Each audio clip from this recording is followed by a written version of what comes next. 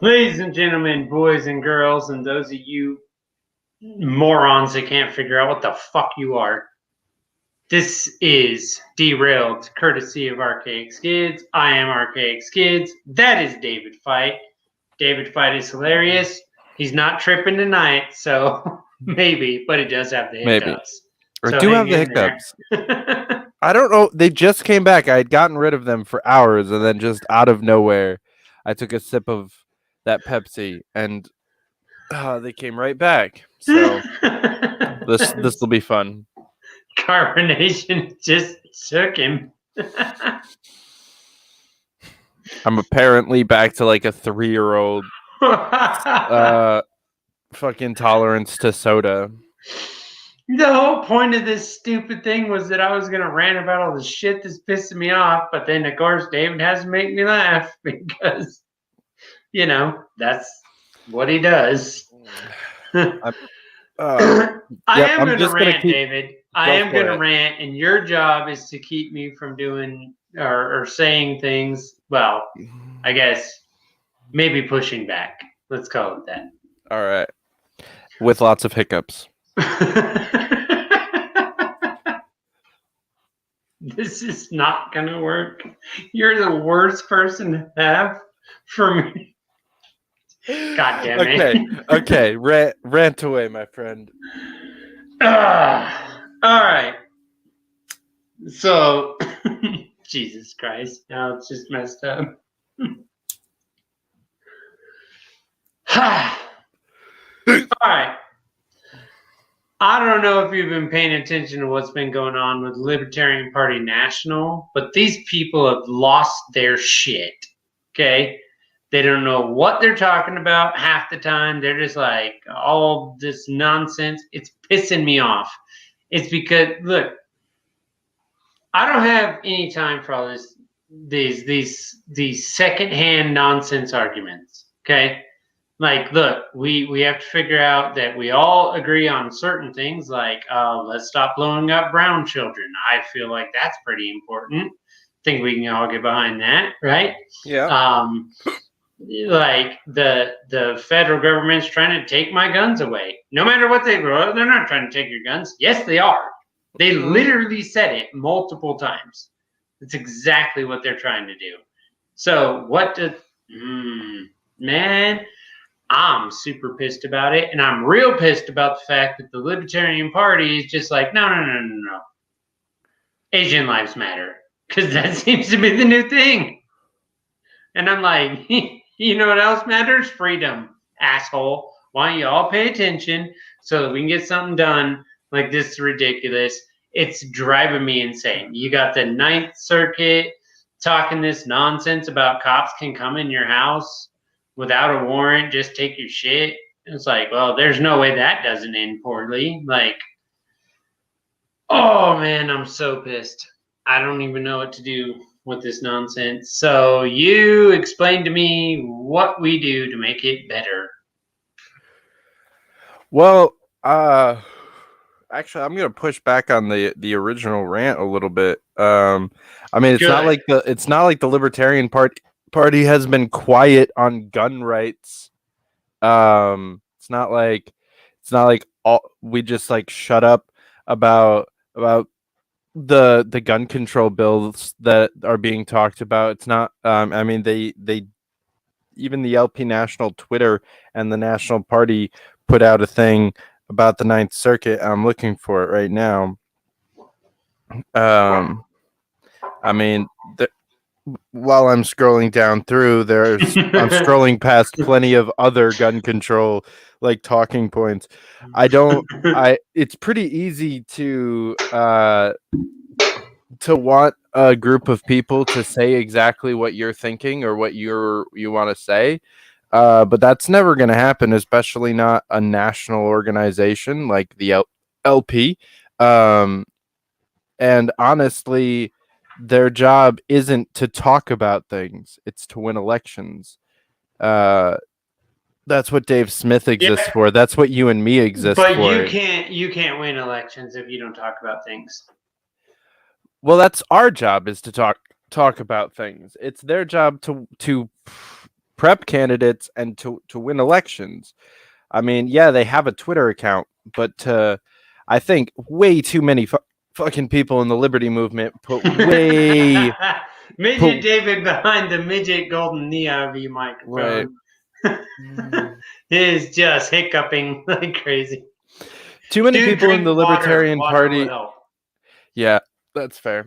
Too many people in the Libertarian Party and in the Liberty movement in general put so much weight behind one singular social media account. And honestly, it's not even as bad as people like to make it seem. Like I said, there's plenty of stuff in there about voters' rights, gun rights, plenty of other things. Just today, I mean, we're talking about things. I was in a clubhouse room today with former Congressman Justin Amash and a number of other people in the Liberty movement talking about. We spent a good deal of time talking about how to message these issues better to the general public. Fucking hell, it's really hard to make a serious point like this. But yeah, I mean, I think Asian lives do matter, right? Like that's why we've got the yellow square in our Twitter bio. Yeah, dude, like Asian lives matter. Right. So I mean, to post about that, like big. I don't know. That doesn't upset me. They didn't at actually post about that. I was just saying that like as a point of reference that right. and it's not even LP National. Let's make it clear. It's not just them. It's libertarian people in general that irritate the bejesus out of me. And now this comes down to a pretty simple point, which is that we all agree on a couple of different things, right? And I want to focus on those things. I guess maybe I'm just irritated that this kind of nonsense can take place, and no one. They're like, yeah, let's argue about that shit, and I'm like, well, let's argue about the fact that our country is bombing 13 other countries. Yeah. Like, I mean, it just seems reasonable to me. Like, yeah. And I mean, that's why, like, on my show, and Reed, especially on his show as well, Reed's not on his show anymore, didn't you see? Right. Ryan Dawson's the new host of Ryan Dawson hosts the Naturalist Capitalist now. That's what happens now because Reed's not on his show anymore. Right. I mean, they show his face once in a while so everyone knows that it's his show. Yeah. It's like Jerry Springer, just still frame. But yeah, so on our shows, we've taken a pretty hard stance to not talk about this bullshit. Because I think what you really find is that there are maybe a dozen or two morons on Twitter that are talking a bunch of dumb shit. And then you have 1,000 libertarians out there doing work, spreading the message, recruiting libertarians every single day. And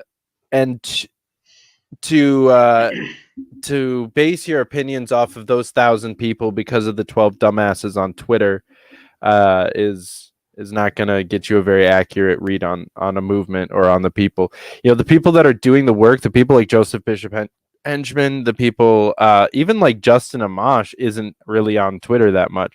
Like, I'm on Twitter way too fucking much, and that's because I have a little bit of extra time the last couple of weeks. But it's like the people who are actually growing the party. You guys are all on Clubhouse, right? Yeah, but let me ask you about that because so Clubhouse, if I understand it, well, I mean, I do understand it. You have to have Apple. It only supports Apple. Yeah. So, you know, I don't have an iPhone. There's no Clubhouse for me, whatever, which is fine. I don't really care that much. But my point being is that aren't you guys like in a circle jerk? I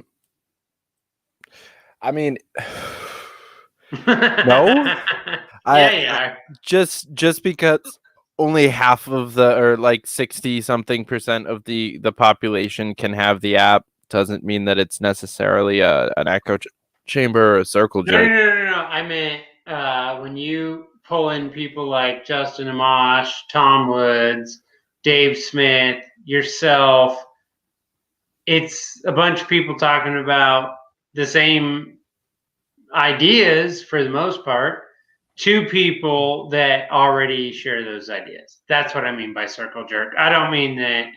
Oh yeah, I mean that would be the case if we weren't pulling in people with other ideas, but we are okay. pretty constantly. Today we were talking about today actually we talked about all sorts of stuff, but there was multiple people that came in and was able to ask questions to people like myself or the current chair of the DC party, or to Justin Amash himself, serious questions about the Liberty Movement, about the Libertarian Party, about the platform, about why we support what we support, and really get to smooth out some issues that they had with the movement and correct some misunderstandings. So that's why I'm on there. There's a whole bunch of the political spectrum is pretty all over the place on Clubhouse, and so you have a lot of people jumping into rooms where they don't necessarily belong to ask some questions, and that's the best part. They don't belong. That's hilarious. I mean, like, I don't belong in a wokeism room, right? But I'll still go into one every once in a while. Oh, come on! You just to see what belong in there, where you can tell them like how awesome they are, and like how everything that they believe is perfectly true. Come on. I'm not even gonna justify that with a fucking response. All right, so like I said, the Clubhouse thing, I don't know. My understanding is just audio, right? It's just okay. So you just listen in. Yeah, pretty much. It's that like weird. I mean, it definitely seems weird. It seems like we're going backwards. I mean, it's kind of it enables you to do and to have conversations that currently aren't possible on any other platform, like the dynamic of it. But I mean, it really is similar to like a Zoom call. If they made a social media based off of Zoom and just no one could turn their camera on. So like how I can turn your camera off anytime I want to. Yeah, like that. But except for everybody watching would be able to just like hop on and hop off. Okay. And we would just have a great conversation. Yeah, I mean it's a very interesting thing. It was weird getting used to. It's been a lot more fun lately because I've been hosting these rooms and I'm a moderator in the room, so I'm like always on stage. Well, yeah, because you're a big baller. You're a shot caller. Really, just Jess Mears and I decided to start hosting rooms, and then people like Matt Kibbe and Justin Amash decided they were going to show up to all of the rooms we host, and I'm like, okay. Well, that's cool. Awesome. That is awesome. John Molnar and I were talking earlier on the phone, not on here. So no, none of you can watch it. But we were talking about like a great 2024 ticket would be like Justin Amash and Tulsi Gabbard would be fantastic. But getting the two of them in the same room might be problematic right now. You know, not because they don't like each other. Don't get me wrong. I'm just saying that like they're doing different things at this point. You know what I mean? So there is an Amash Gabbard 2024 Facebook group, Twitter account, Twitter group chat, and a whole bunch of an infrastructure that was originally built around trying to push their campaign. Originally structured by by Reed and the people around him. Yeah, the problem is neither one of them are part of it. Right. Well, I mean, they're both in the group, as well as Joe Jorgensen Interestingly enough, isn't that the Facebook seems group. odd. Like, well, okay, well, that's not a group I'll ever join because Facebook is the worst social media app the world has ever known, in my opinion. Can't I disagree hate too much. Facebook. I just refuse. Like, people send me stuff and they're like, you have to watch this. And then I see it's on Facebook and I'm like, no, I don't. Nope. But that's the vote with the dollar thing. That's where I come from. You know what I mean? I'm not giving Facebook any more of my time than necessary. I use Facebook for one thing and one thing only, and that's Messenger. Because they just have the best Messenger app. Yeah. And it's free. So I'll use it. Like, my mother lives in Sweden, for instance, and I can talk to her on Facebook for free on Facebook Messenger, or I can pay on my phone, $150 a month or whatever to talk to her. That's ridiculous. So I don't want to do that.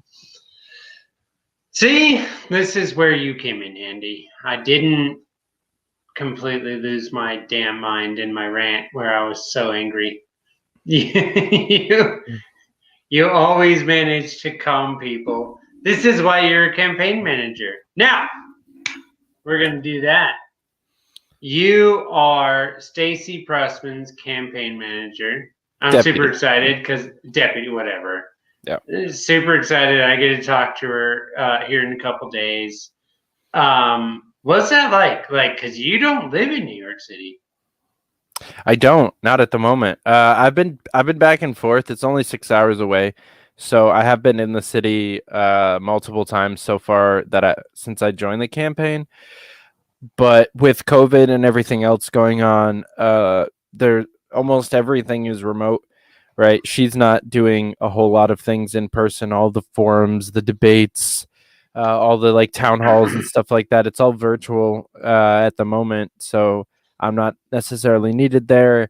And the people that I'm coordinating also are remote because we've pulled in some of the best and brightest libertarian minds from across the country to run this campaign together. So we've got people all over, and then there are the actual campaign manager, our events coordinator, our outreach coordinator, our deputy comms director. Like, a big chunk of the higher ups are in the city, as well as the other deputy is on Long Island, and so he's very close.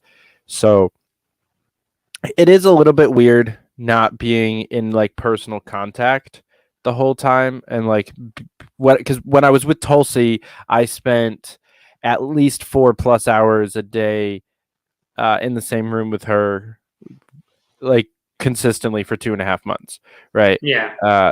So it's a whole different dynamic to be in this weird like remote kind of. It almost feels like a part-time campaign, but it's not. Like, I'm still putting in 50-60 hours a week of work on this, but without like the travel time and everything like that, it seems so much easier and so much less work physically. I'm not as tired at the end of the day because I'm not like running around walking 10 miles a day like I am on other campaigns.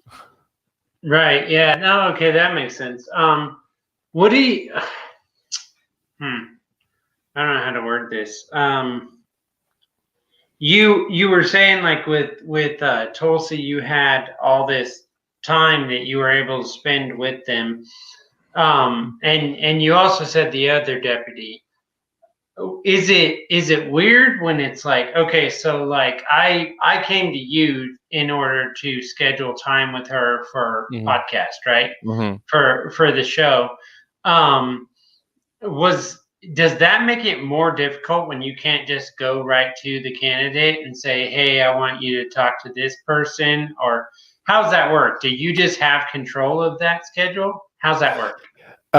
So we actually, there's the team of three, Paul Grindle, who's the campaign manager, and Artie Sintef, who's the other deputy, and myself. The three of us work very well together. Actually, we have a very cohesive team. We all have access to that calendar. So really, there's about 4 people that you could reach out to on the campaign to schedule an interview.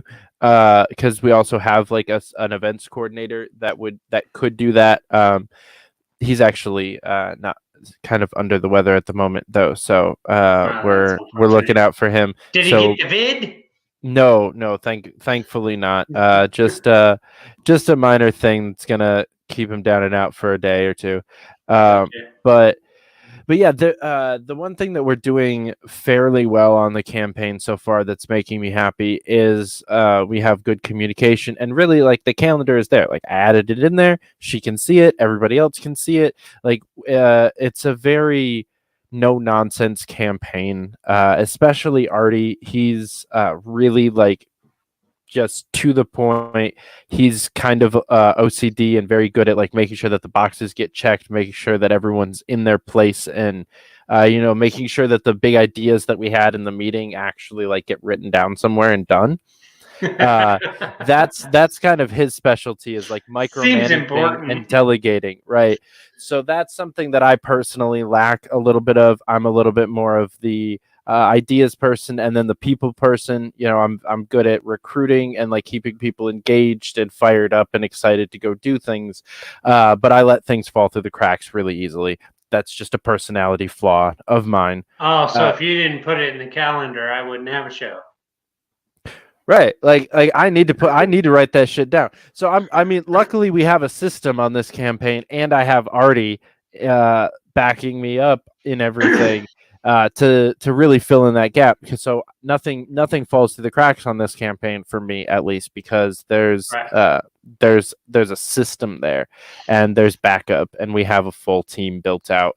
Where on a lot of other campaigns, people are just they're wearing 30 different hats, and your comms director is also your field director, and also but also works a full-time job, and is out there knocking doors at night, and then coming home to send out emails.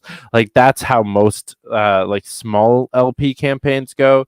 So it is kind of nice to be like probably the second most important LP campaign going this year. So we have we don't have a lot of competition for some of the better staffers, so we got to have some pretty cool people on the team. Yeah.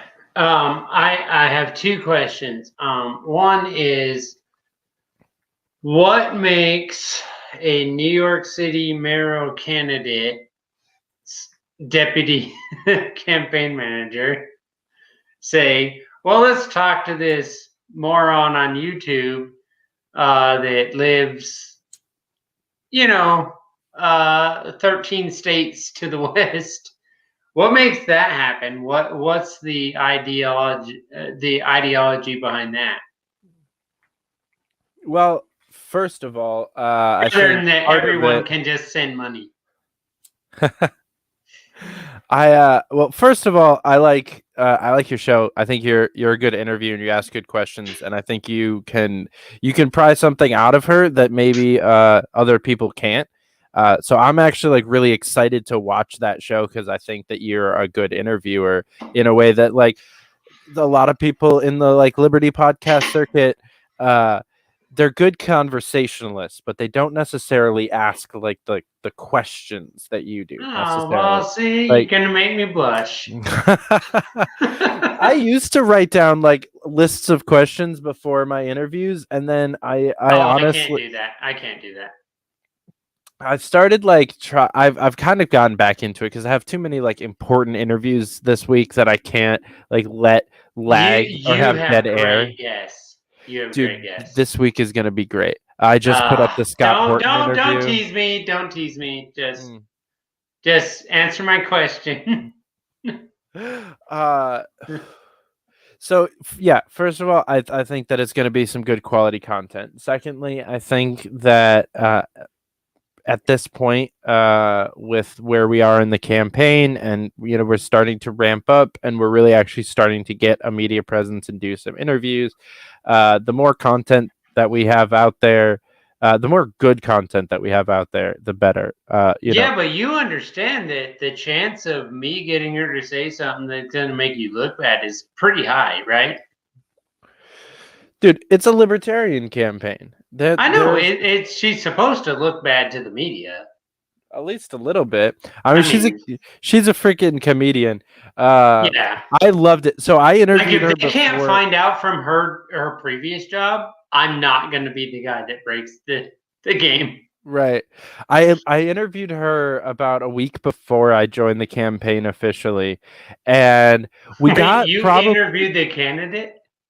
I did before I joined the campaign. Yeah, I had her on the show, and that is then, my favorite thing. She's actually been on my show since, but that was for like a round Let's see table if you're special. worth my time. Kind of. Not gonna lie, it was a little bit of an interview. I'm not gonna blame you, bro. I mean, I wanted to get to talk to her, and what better way to talk to her and get to know why she's doing what she's doing than record it and put it on YouTube, right? So that was kind of that was part of it. But we got, I think, almost 20 minutes in before she said fuck, and then she stopped herself and she's like, "Can I say fuck on here?" And I was like, "Of course." And she's like, "Okay, good. I'm from New York. We say fuck." And I was like, yes. Yeah. This is I'm like, okay, you just check some boxes. You're winning some points. I don't trust people that don't curse. That is like a hard and fast rule of mine. I won't say that. I don't trust libertarians that don't curse. I honestly, but I do trust people that don't curse. Like my mother-in-law, to get her to say a swear word, you'd probably have to murder Jesus in front of her. Like, for real. Like, I don't, because she's just, that's not her thing. Like, she's very Christian. She's very, very proper. She, so, but it doesn't mean. Let me rephrase. I don't trust people under 50 that don't curse. Like, if you're older, like that generation does kind of get a pass. But if you're under 50 and you haven't cursed in front of me, I know for a fact I haven't seen the true you, and so I don't trust you. Hey, like nobody does curse, at least in their head, right? We all curse in our head at least. So if you've never cursed out loud in front of me, you've never, like, you've had probably something wrong with you. Up. There's some guard up that you've had in our entire friendship to where you have not let your guard down and swore in front of me. I mean, I don't trust you. We're not friends. You made it more than clear. You only have one male friend. His name is Reed Coverdale. So I can't speak to the friendship thing, but I do understand the point. Fucking hell, dude. Dude, I'm not letting that one go until it works against me. That thing is like I swear to God, at the Alamo, I will introduce you on stage, and I'll be like, "This is my not friend, David Fight." Like, I'm not even kidding. I don't even doubt that at all. No, I will, because I don't care. So fuck, I forgot what I was gonna say. I don't know how this turned into a stupid ass interview. This is supposed to be me ranting, and you were gonna keep me. And now I'm just asking David Fight questions again. I mean, you love me, I guess. I don't blame you. Sure, let's go with that. No, I mean, I appreciate that you asked that I ask question. I don't know. My wife tells me that when she watches YouTube stuff, that like I ask questions that no one asks, like they're weird and just out of left field. Mm-hmm. And I'm like, oh, okay, well, that's fun. That's kind of the point, Yeah, it's really helpful. It's because especially as someone that has gone on a couple of shows like lately, especially you get asked the same questions a lot, right? Like, especially in the liberty movement, like I ask the same questions to people, like, what's your testimony? Like, how did you come to libertarianism? Like, that's a story I've told on so many YouTube shows, including my own, like dozens of times. I don't want to tell that story again necessarily. I don't want to talk about how I liked guns and drugs and Gary Johnson likes guns and drugs. Like, it gets old after a you little want while. to talk about other stuff. Right. Talk about where are we going, what are we doing? Right. I try to take it away from libertarianism. Is kind of how I try to ask different questions that these people don't hear as often. I like talking about like philosophy and like how it applies to life in general and how we can live as libertarians, not vote or campaign as libertarians. But it always comes back into politics. Like it's a it does. That's impossible kind of for me to not irritating. That's talk. one of the fun things to me is that on my show I try to not do that. I try to always just like kind of, well, I mean, it's called derailed. Like we might wind up talking about Winnie the Pooh. I don't know. Like, I mean, I'm just throwing that out there. Winnie the Pooh was fucking great. Can we actually talk about Winnie the Pooh? We can absolutely talk about Winnie the Pooh. And by the way, the tiger is the most useless character in Winnie the Pooh. Winnie the Pooh is a fucking libertarian. He's a thief, libertarian who's just like, I'm gonna tax this honey. That's what's what. Like, well, actually, I don't know if I'd say that Winnie the Pooh is libertarian, but Christopher Robin is a fucking libertarian. He is so chill about fucking everything. He is just so like. I'm being serious because you said that and it actually clicked that this was one of the first like childhood influences of mine towards libertarianism is like I'm only laughing because I agree with you. Because Christopher Robin's out here just being like, you can be whoever you want to be. I don't have to give man. I don't have to give a fuck. Like, I'm not even gonna tax you. Right. Why is Rabbit so fucking uptight? Like, knock it the fuck off. Like, just chill out and eat some honey and have a good time. Go help Eeyore because he's clinically fucking depressed and you need to get him some, like, fucking pills or some weed or some shit. Like, Winnie the Pooh is a great libertarian example in our society. Winnie the Pooh is a libertarian show. Just no one knows it. Like, we have to make it more than clear. Well, I mean, maybe we don't want to make it clear because these people will cancel it if they find out. They'll be like, "Oh, no. Like, I'm sure that somehow they'll paint Winnie the Pooh as a white supremacist or whatever. Winnie the Pooh is a white supremacist. I mean, wouldn't he be like a yellow supremacist or something? He is fucking yellow, right? Maybe. Yeah, he is yellow. But is it because he'd take all the honey or what? Like, I mean, I guess that's against the Japs, right? Oof. I don't know. I don't know how that works. What? I don't care. It's my show. If they cancel me, they can freaking go ahead. I don't care. I only have like a few subscribers, so I'm fairly certain everyone that subscribes to me right now understands what they got themselves into. Right, yeah. If you subscribe to this channel and you didn't expect something like that to come out of his mouth, you're mistaken. Sorry. You should probably just unsubscribe because it's only gonna get worse from here. Yeah, it's 2 a.m. where I am, so it's Jesus Christ. Oh yeah. Whatever. How was your mall trip? Why don't you tell the people about your mall trip? Oh yeah, I went to the mall today. It was a great time.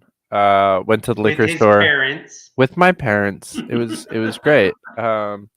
I went to a birthday party today, and then I went to the 2 malls. I went to 2 different malls, and then to Olive Garden. It was great. I felt like I was 14 again. I bought some weed at the mall, so that's a thing. And then, I bought some liquor and some weed, and some pants and a new T-shirt. It was a good time. The mall is getting way cooler than when I was a Right, kid. yeah, there's literally like CBD stores in the mall now that sell like the Delta Like I 8 stuff. buy liquor, weed, pants, and stuff. Yeah. Okay. The mall's getting cooler. Yep. Well, Not our mall. I live in Syracuse, New York, which has the I think third biggest mall in the country. And they keep building Is more the to biggest it. mall still in Minnesota, or I did think did yeah. BLM burn it down? I'm not sure. Mall of America I think is still I mean Oh, it's BLM didn't burn it down. I Okay, don't think so. I think Amazon burned it down though. Amazon probably did their best to burn it down. Yeah. Yo, what if all the BLM riots were actually just Amazon like employees secretly like start like targeting specific small businesses that were in competition with them? I mean, I feel like that's probably not accurate, but I kind of love where your headspace says that. Like, right, it's yeah, definitely not true, but the ability for it to be true but I is like crazy. it. I like where your headspace is. The fact that people would believe me if I actually like went around like saying I feel like that could be an Amazon Prime show. That it was just Amazon. No, it's gonna be a fucking Hulu show as like an expose on Amazon Prime right. to try to get Amazon canceled. That's yeah. Good luck. I don't know. Is it even possible to cancel Amazon anymore? I don't Probably think that's not. a thing. Can we talk about Disney Plus though? Because like we can talk about whatever you want, dude. You're the guest. How are people still subscribed to Disney Plus? Like this is the company. I suppose you can ask my wife. I think she's our one viewer that we have right now. Maybe she'll throw something in the chat and tell us why we're still paying Disney. Because I'm fairly certain it's her. Because like Disney, which is owned by Amazon, right? Or not Amazon, sorry. Wrong. I don't know who that is. So Disney's owned by ABC, right? We know that to be a thing. ABC is 100% guilty of covering up the Jeffrey Epstein story for about 3 years before it finally broke. Yes. 100% guilty. When they got caught, they fired the person that said it. The person who could have put out the story, but they threatened to fire her if she said anything. Then she finally said something on a hot mic after the story broke because she was pissed that she didn't get to break the story, which I understand where she's coming from there. I would have been super pissed too. Right. I was sitting on that shit for 3 years, then somebody else got to get famous breaking that story. Like, fuck that. You're like, what the fuck? This chick had. You told me to wait. That's right. What they told her to wait. Right. This chick had witness statements. This chick had flight logs. She had fucking everything. Right. And they covered it up. It's also known that Disney cruises used to stop at Epstein Island. There's like a whole bunch of other. Wait. What? Oh yeah, you didn't know that one? No, dude. Yeah. Yep, that was a thing. They stopped there? Yeah. Oh, that's disgusting. Are you kidding me? You're fucking with me. You're just fucking with me. There's no way they stopped. They didn't stop there. Disney Cruises stopped there. Hold on, yeah, he's gonna prove it. He's gonna bring it up. Okay. All right, well, now I just have to believe you because you're already pulling it up. So there's no way I can be like, nah, you made that up. Dude, that's gross. Yeah, Magical Kingdom line offered excursion trip to Epstein Island.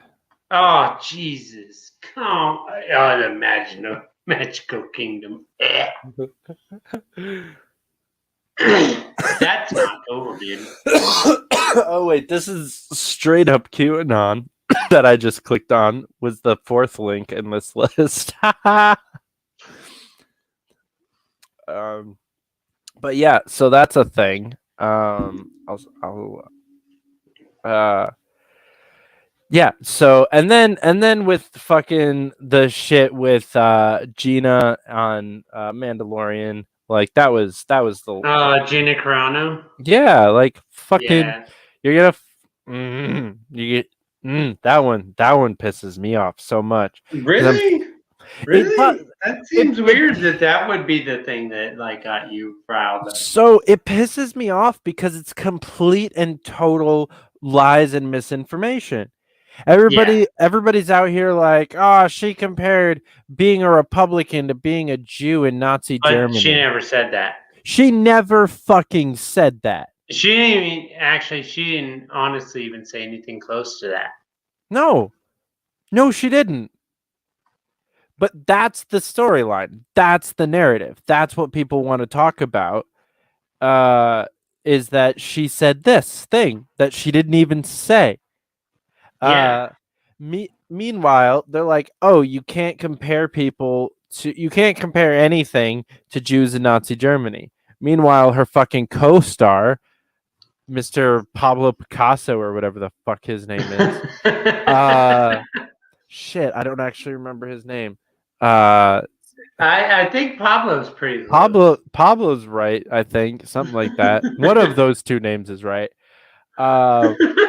He fucking posted a thing that was a picture of much the same but worse. So much worse. Cause here's the worst part about it. What he posted was a picture of Nazi Germany and said like Nazi Germany 1940 whatever, and then a picture of kids in cages and like America 2017. Worst part is that picture was not taken in fucking America. Pedro Pascal. Thank you. I knew it was a PP name. We appreciate that, Daniel. Thank you, Daniel. We really appreciate you lighting that up for us. Yeah, thank you. You're a real bro. You're a real bro. But yeah, so this picture wasn't even fucking taken in America. Like this is just like an actual, just like lie. Like he posted a blatant lie, but that's okay. He's still on the show. But she gets kicked off because fucking bullshit. It's bullshit. Yeah. I mean, and mainly why he's actually upset for everyone that watches this after the fact, because she's pretty hot and he's upset that I'm not going to lie. Got treated poorly. Well, I stopped watching the show before this happened anyway. But I mean, yeah, her character was fucking badass. Yeah, no, she is gorgeous, and her personality is pretty dope too. Like I kind of like her attitude, not just her character's attitude, but also her character is a badass, like strong, independent woman. Let's talk about my problem for a minute. It's my show, so you have a lot of problems. Do we have that much time? Yeah. Okay. Maybe we'll see. But my primary is that I had to give up Netflix because of that little child porn movie Cuties that they then defended. So I was like, okay, well, I don't have no money for you people. And then Disney had to go and jack shit up. And now I'm over here like wanting to drop Disney, but my wife's like, but I love Disney. And I'm like, no. So my issue is me, I vote with my dollar. That's how I see my life, right? I just don't give money to people that people and organizations that I don't agree with. Mm-hmm. What happens when I don't agree with any of them? Then you watch something on Odyssey or Library. Watch Tom Boyd's Dude, I put stuff on Odyssey in Library. Right. and YouTube, and that's what I do. Well, I mean, fuck YouTube, but like, go watch stuff on. Hey! Come on, I'm not gonna let you bash it. YouTube's I watch not as YouTube bad all as day. people think that it is. I mean, YouTube is owned by one of the like most dangerous and scary companies in the country currently, but I mean, I still use it. It's still it's a monopoly for a reason. It's the current best, which is unfortunate. But honestly, so you mentioned Can cuties. you describe this for me? I don't know what's going on here. Okay, that part I understand, but this, Daniel, you might want to Oh, I don't know what happened there. Yeah, whatever. Okay. You're talking about his Funko Pop. This one. Yeah. Yeah, I'm not sure. I'm not sure what she was. I didn't know she was making a Funko Pop, but that would be. Yeah, I don't know what that is, but all right. I mean, it's a type of music, I think. Oh, okay. It's like funk pop. I don't know, but that sounds fun. I'm into it. Yeah, well, I mean, I appreciate you popping in and letting us know. Anyway, you were talking about you had something there you were doing. Oh, so I have to be honest, the cuties thing did not bother me nearly as much as like the Epstein cover up thing. Right? No shit. For me, that's fair. And for me, the content isn't as big of a concern, personally. That one was definitely gross, but I think as long as you just like, I just don't watch it, right? And I don't know. Them putting that content on their platform doesn't bother me nearly as much as spending their money on like harboring pedophile. Like it's just a whole other level for me. So I'll still watch Netflix, but I'm really done. Dude? Really? That's like okay. I mean, I guess I can't. I suppose part of me understands. Yeah, I mean it's definitely, I have a problem. I definitely had a problem with cuties, but not quite to the level where I was gonna like cancel my subscription. Also, I don't pay for my subscription, so it's not necessarily my dollars that I'm voting with. Yeah, I'm still like I still use my parents' fucking login. Yeah. And well, honestly, I never paid for Disney Plus either. I was using my sister. They're about to crack out. They're cracking down, man. Oh yeah, they are. Yeah, they're coming for you. They're coming for you, you freeloaders, because that's what you are, Yep. So well, the rest of the what I think is interesting though is most other things.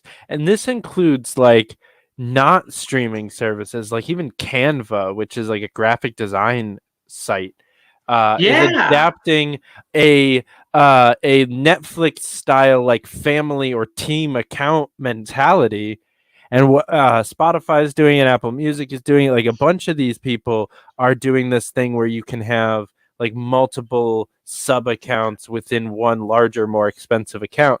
And Netflix is trying to walk back on that. They literally set the precedent on that. They started something that I think was a huge improvement on just subscription based services in general. And now Netflix is trying to walk that back, and I find it really weird because I don't think anyone's going to respond well to that. No, they're not going to respond well to it, because people are going to like fucking flip out about stuff like that. They don't, it's a really weird thing, because we can all essentially agree, especially as libertarians, that a theft of property or opportunity is bad, right? But just the way they're doing it, it's like, dude, but you just steal from people all the time. Like, now you're all mad that like someone might share their password. Yeah, it's such a weird situation. I don't even know what to do with it. Yeah. Especially because they do again have it set up like this. Like I it's not like somebody else's name, like I'm just logging into some random friend's account. Like it's my parents' account. I have a sub account with my name on it. Like it's set up for this. What are you going to do? Yeah, well, they pay for it, right? Right. I mean, they pay for it. Because I have like I don't have Netflix anymore, but I pay for Disney Plus, I pay for Hulu, I pay, but you can pay for multiple I guess streams or whatever, right? They say it's like, whatever, you pay this much for this. Like basically it's one screen is what it comes down to. And if you want to pay for more, you can do that. But then you also are, like you said, you have different I don't know what's the term I'm looking for here. You have different like users. Yeah, well, yeah, I guess like to the like it's well, whatever. I'm brain dead right now. But basically it's like I'm paying for these different screen. Oh, like okay, so on YouTube, like different avatars, right? Mm. Like so, you have like I have mine, my wife has hers, whatever. That's what you would pay for on all those things. What difference does it make if they live in a different place? Mm-hmm. Doesn't make any difference. No, it shouldn't. Well, I mean, I paid for it. I paid for multiple screens or multiple whatevers, so it's done. I don't know what the problem is. Right. You know what I mean? Right. And like especially because when this account was created, we all lived in the same house. Like we've had this account since before my sister moved out. Yeah. So fucking fight me. Netflix. Before I had the golden EIB microphone, then we had this thing, and you all should not be pussies. And by the way, should we all also notice that David finally lost his hiccups, and that's good? Yeah. Quite happy about that. Those were starting to get painful.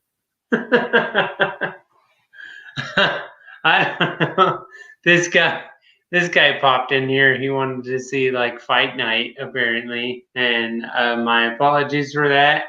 I pulled in David Fight to make sure there was not Fight Night because if I would have done what I want to do on YouTube, I would not have a YouTube channel anymore. So I'm pretty sure I wouldn't, like for real. There's so many things that just irritate me beyond belief. But, you have to be careful to talk about things, unfortunately. You know what's really weird? What's that? Your shirt's moving on video. Yeah, I normally don't wear this shirt on video. I didn't think about it. But yeah, because it's checkered, so it does weird things in the it moves, dude. In the camera. It's creepy. It's kind of trippy. Yeah. So I don't know. So you're let's just go through one thing. I don't know how this turned into an interview, but it did. So let's make the best of it, I suppose. You're running Stacy Pressman's account, or well, whatever. You're running her shit, or deputy running her shit, whatever. I guess let's see. Like, I'll be interviewing her on the 30th, and so everyone should tune in for that. But other than that, like, how can they support her? What is, like, let's do that before we run your grift so you can get supported. Yeah. So right now, we're really doing a push for some more volunteers. And some more donors. Those are the two things we need the most of. I think that's what most campaigns always need the most of. But so you can go to pressmanformayor.com and click either the join tab or the donate tab, preferably click both of them, and sign up to help us out. We're really trying to get like a big team of national volunteers helping us with some of the remote work that we can do, so that it's a very light load on all of these people, so that it's more of just like random picking up tasks when you have time, is really kind of the precedent that we're trying to set for the volunteers. So if you have some time and you want to like help us turn a page of policy into a couple of talking points in a speech, pressmanformayor.com/join, and we'll definitely be reaching out to you very quickly. Or actually, probably won't be me. It'll be Dan Donnelly, our volunteer coordinator, who's an awesome dude. And also, give money, because that's important. Yes. Like, so because I'm not gonna do any of the things that you just said, but I will give money.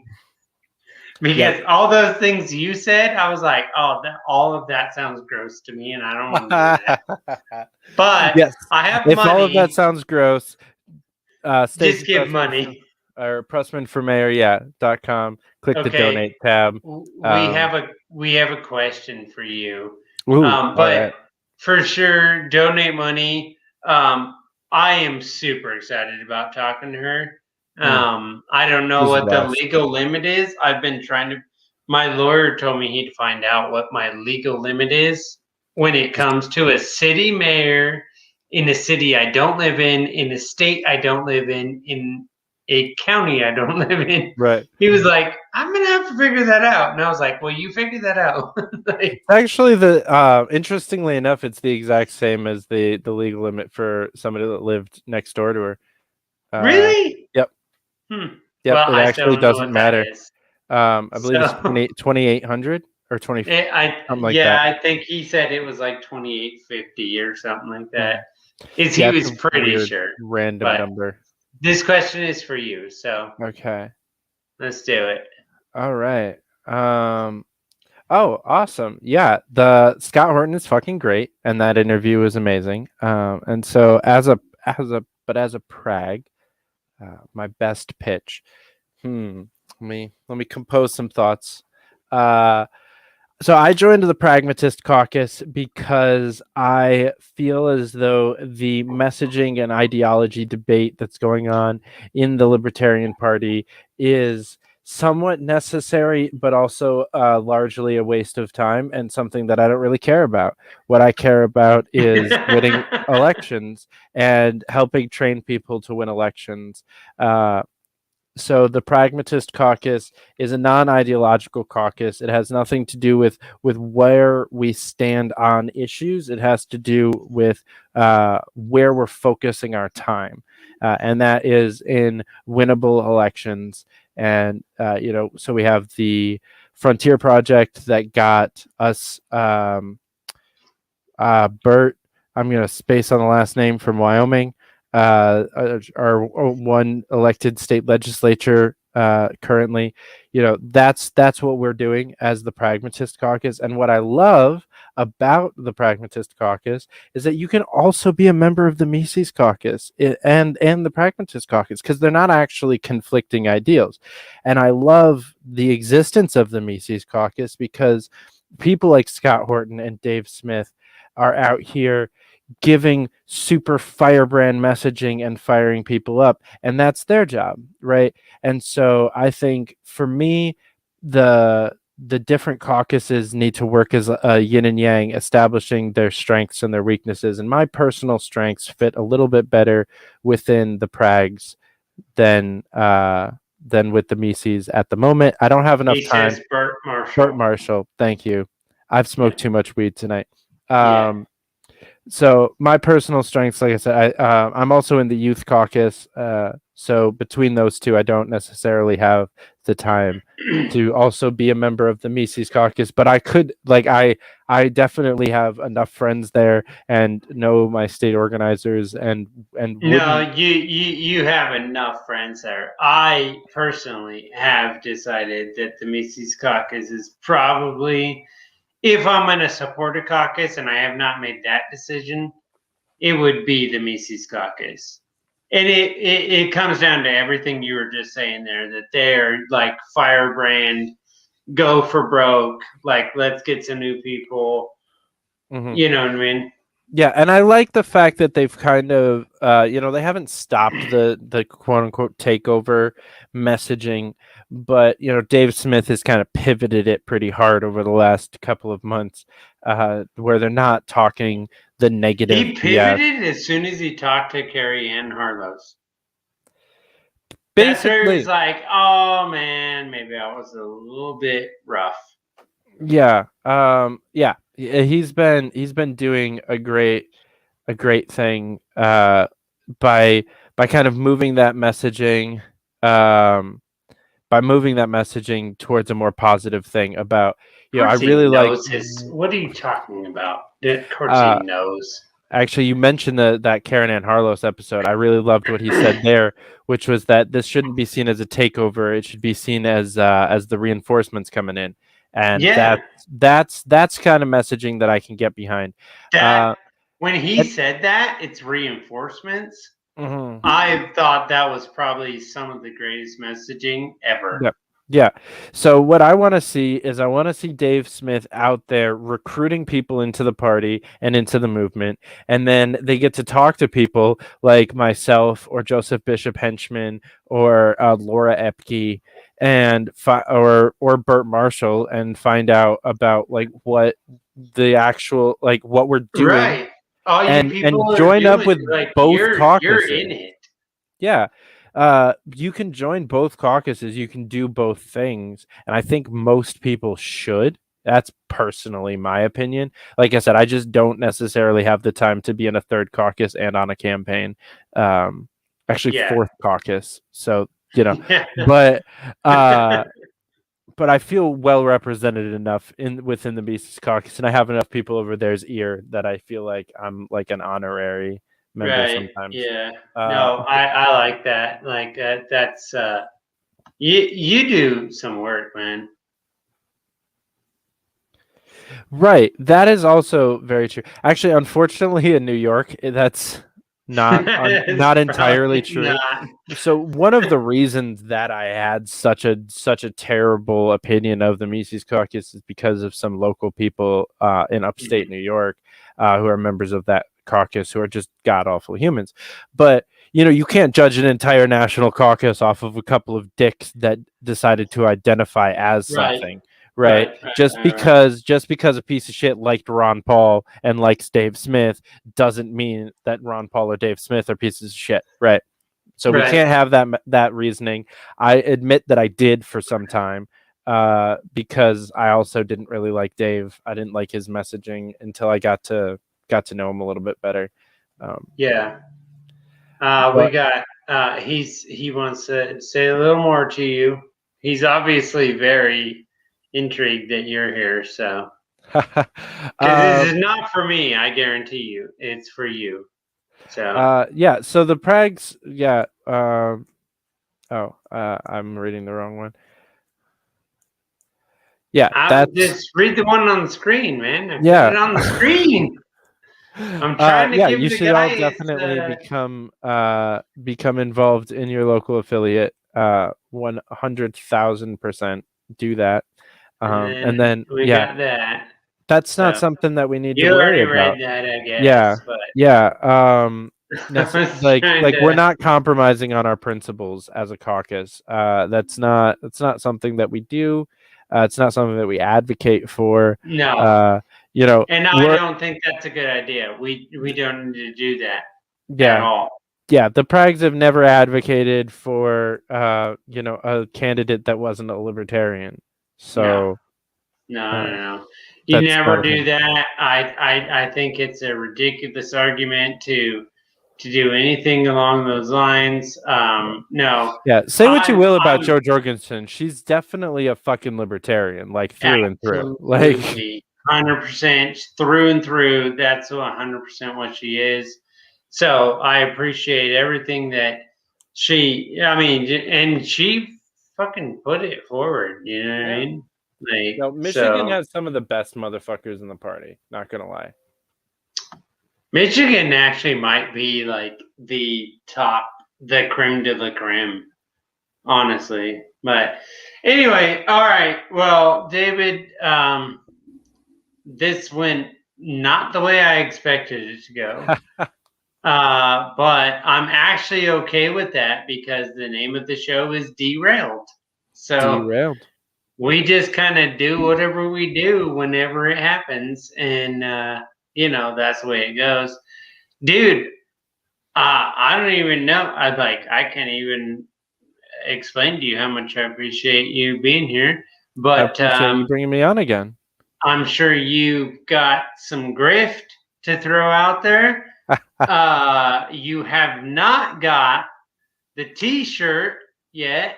My wife actually she put together a T-shirt for you. I have not got that to you. That's my fault. My apologies. I very much appreciate it. I'm stoked to see it because my design skills are non-existent.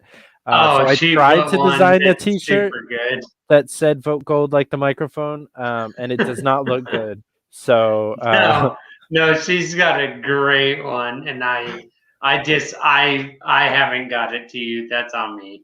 But anyway, you got some grift. Why don't you throw it out to the people? Yeah. So definitely stay tuned for that, y'all. But until then, what you can find on shop.fightforliberty.com is some T-shirts that with just the logo. One says "Fight Me," which is my favorite because I've been using that joke my entire fucking life, and now it's on a T-shirt, and it makes me really happy. We also have a beanbag chair cover. If you have a beanbag chair that needs a cover, which I don't know why you would, but that could be a thing. If you don't want any of those random things, you can always just Cash App at Fight for Liberty. Would really appreciate it. StreamYard and Shopify and all those things aren't free, and neither is food. So we appreciate y'all. That's true.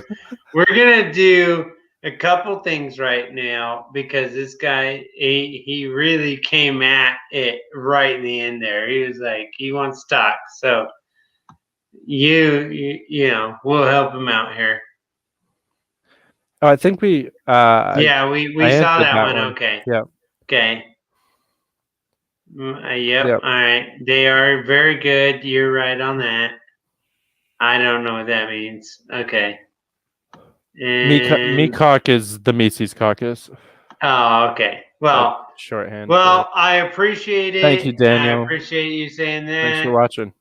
And David, this was super fun, man. We'll have to do this again. Obviously, we will do this again. Well, you're coming on the show on Monday, so I guess that's another. Oh, that's true. Follow, I forgot that you invited me on your fancy show. The fancy where the not friends show up. Only David and Reader friends. Later, homies.